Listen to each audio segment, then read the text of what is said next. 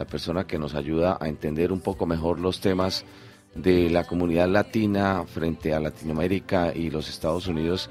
Y tiene una nota muy interesante. Estados Unidos ya está en franca decadencia, por lo menos esa es la percepción que desea proyectar Russia Today, que es la voz oficial del Kremlin en Occidente por medio de Internet.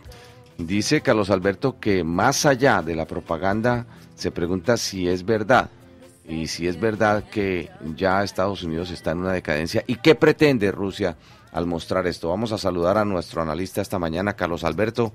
Muy buenos días y gracias por estar con nosotros. Hola, ¿qué tal? ¿Cómo estás? Bien, bien.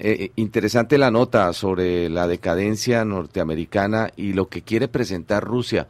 Se me hace, Carlos Alberto, que se están sumando una serie de hechos que son como planeados para influenciar la conciencia social, hechos también para fortalecer la presencia bélica de Rusia, como el anuncio de los misiles. ¿Qué está pasando alrededor de este tema con Rusia? ¿Qué están buscando los rusos? Bueno, yo creo que los rusos están buscando restaurar el prestigio de la vieja Unión Soviética y más allá que de la Unión Soviética, el prestigio de Rusia como una potencia mundial, que es lo que desde el siglo finales del 17, principios del 18 empezó a hacer y no dejó de serlo hasta 1990-91 que vino el colapso de la Unión Soviética. Entonces quieren restaurar eso. Hay que recordar que Rusia se consideraba a sí misma la tercera Roma. Es decir, la primera Roma era la Roma que todos conocemos, la segunda Roma era Bizancio, y la tercera Roma era Rusia, el corazón del mundo cristiano, de alguna manera. Sí. Y luego Putin pues es un tipo que viene no por restaurar el cristianismo, mucho menos, eso no es ninguna de sus preocupaciones, pero sí el prestigio de Rusia. Y eso lo están intentando hacer, entre otras cosas, devaluando el peso de los Estados Unidos, que también es lógico que Estados Unidos tenga hoy en día muchísimo menos peso que el que tenía en 1945 cuando terminó la Segunda Guerra Mundial.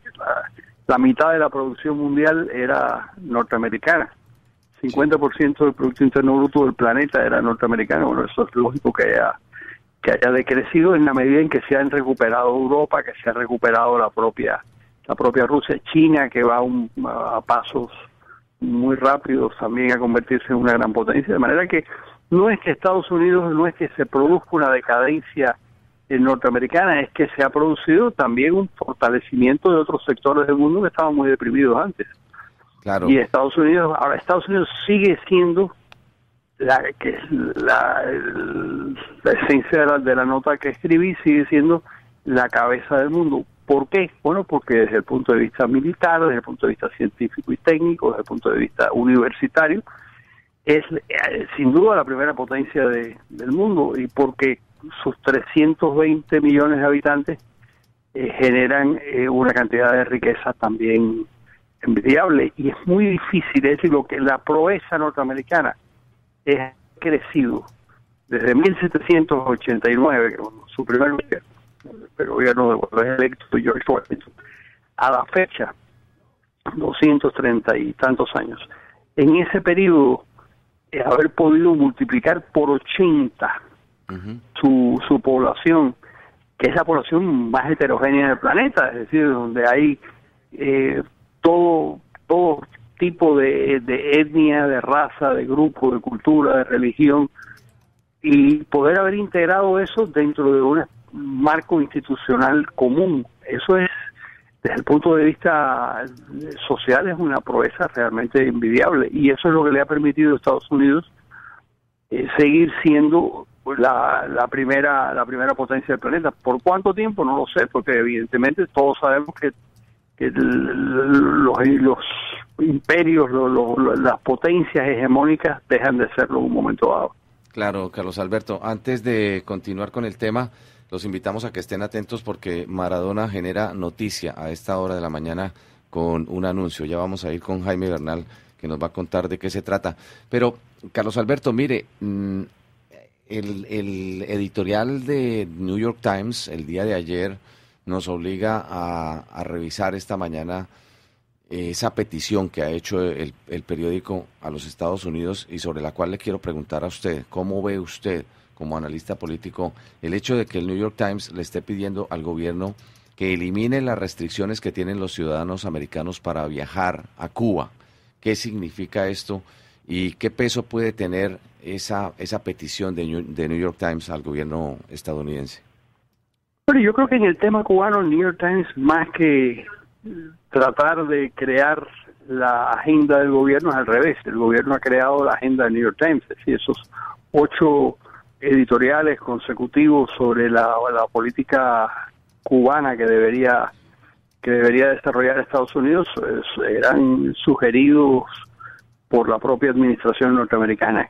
Yo me imagino que esto también es una especie de solicitud, de petición de los buenos lazos que tiene el gobierno de los Estados Unidos con el New York Times en este tema, lo cual hace que, como desde el punto de vista del periodismo, a mi juicio, yo creo que es un periodismo bastante lamentable, un periodismo casi de relaciones públicas. Pero, independientemente de eso, ¿se va a lograr o no? Va a depender del Congreso. Lo que el Congreso, si el Congreso tiene algo que decir en este sentido, yo no sé, desde el punto de vista legal, si tiene algo que decir, si tiene algo que determinar, pues probablemente la medida no pase por el tipo de reacción que hemos visto en el Congreso. Pero yo tal vez en ese campo sea una petición norteamericana. Sí, o una del gobierno de los Estados Unidos. Carlos Alberto, finalmente agradeciéndole como siempre su participación y su análisis. ¿Usted sí cree que en el desarrollo de toda esta normalización de relaciones se va a terminar con todas esas restricciones para ciudadanos americanos que viajan a Cuba? ¿Usted cree que va a ser algo que veamos antes de final de año?